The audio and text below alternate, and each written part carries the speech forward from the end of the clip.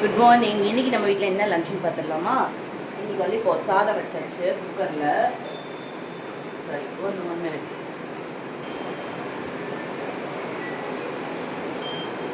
அப்புறம் பாத்திரம் அடுப்பில் வச்சாச்சு. வச்சுட்டு நம்ம இப்போ என்ன பண்ண போகிறோம்னா நண்டு கிரேவி தான் பண்ண போகிறோம். நண்டு கிரேவி எப்படி பண்ண போகிறோம்னா,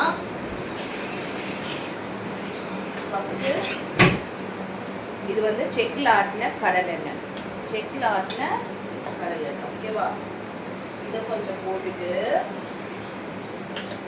நெக்ஸ்ட்டு கொஞ்சமாக கடுகு போட்டுக்கணும். கொஞ்சமாக கடுகு போட்டாச்சா? நெக்ஸ்ட்டு பார்த்தீங்கன்னா வெங்காயம், தக்காளி, பச்சை மிளகாய் இதெல்லாம் வந்து கட் பண்ணி வச்சுருக்கேன். அப்புறம் இதில் என்ன இருக்குதுன்னு பார்த்தீங்கன்னா, இந்த மிக்ஸி ஜாரில் என்ன இருக்குதுன்னு பார்த்தீங்கன்னா, தேங்காய், பெப்பர், சீரகம், அதுக்கப்புறம் தேங்காய், இஞ்சி போட்டு பேஸ்ட் அரைச்சி வச்சுருக்கேன். ஓகேவா? இப்போ பார்த்தீங்கன்னா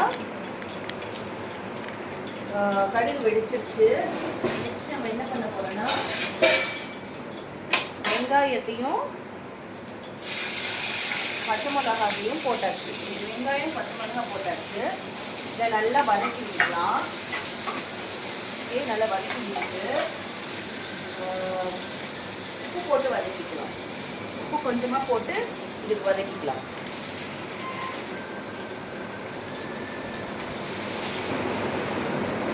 நெக்ஸ்ட்டு பார்த்தீங்கன்னா வெங்காயம் நல்லா வதங்கிடுச்சு. இப்போது தக்காளி போட்டுக்கலாம். தக்காளி நல்லா வேகணுன்றதுக்காக கொஞ்சமாக மஞ்சள் போட்டுக்கலாம். அப்போதான் சீக்கிரம் தக்காளி குக்காகும். நண்டு கிரேவி செய்கிறது ரொம்ப ஈஸி. இப்போ தக்காளி நல்லா வெந்துடுச்சு.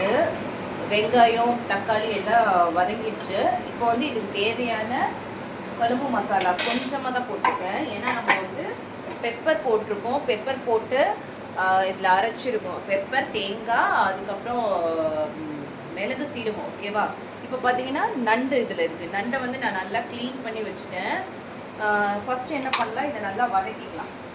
வதக்கிட்டு இதையுமே ஊற்றிக்கலாம். ஃபஸ்ட்டே ஊற்றுறதுல ஒன்றும் தப்பு கிடையாது. இதையும் ஊற்றிக்கலாம். இஞ்சி பூண்டு, பெப்பர், சீரகம், தேங்காய். ஓகேவா? இப்போ பார்த்தீங்கன்னா நண்டை வந்து என்ன பண்ணணும்னா, நம்ம க்ளீன் பண்ணிவிட்டு இதை வந்து இந்த மாதிரி ஒரு பீஸ் இருக்கும்ல, இதை வந்து நம்ம வந்து உடைக்கக்கூடாது. போடும் போது தான் உடைக்கணும். இல்லைன்னா இதுக்குள்ளே இருக்க ஜூஸ்லாம் கீழே ஊற்றிடும், வேஸ்ட்டாக போயிடும். இதுதான் டேஸ்ட்டு. இப்போ வந்து நம்ம இதில் வந்து உடச்சி போடலாம்.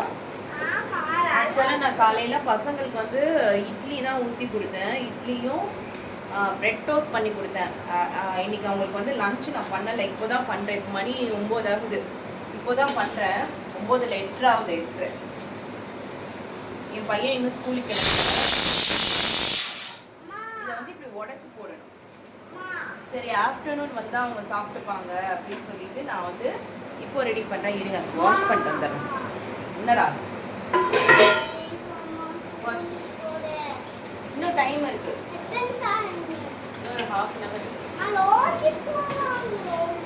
இல்லை அவங்க வந்து போல. நெக்ஸ்ட் இதை வந்து நல்லா ஜென்டிலாக மிக்ஸ் பண்ணி விட்டுட்டு மூடி வச்சிடலாம். நண்டு வந்து சீக்கிரமாக வெந்துடும். அதே மாதிரி வந்து கோல்டுக்கெலாம் ரொம்ப நல்லது. இது வந்து எங்கள் சித்தி வீட்டிலேருந்து கொடுத்தாங்க. இந்த நண்டு கொடுத்து விட்டுருந்தாங்க. அதான் இப்போ சமைச்சிட்டு இருக்கேன். அவ்வளோதான்.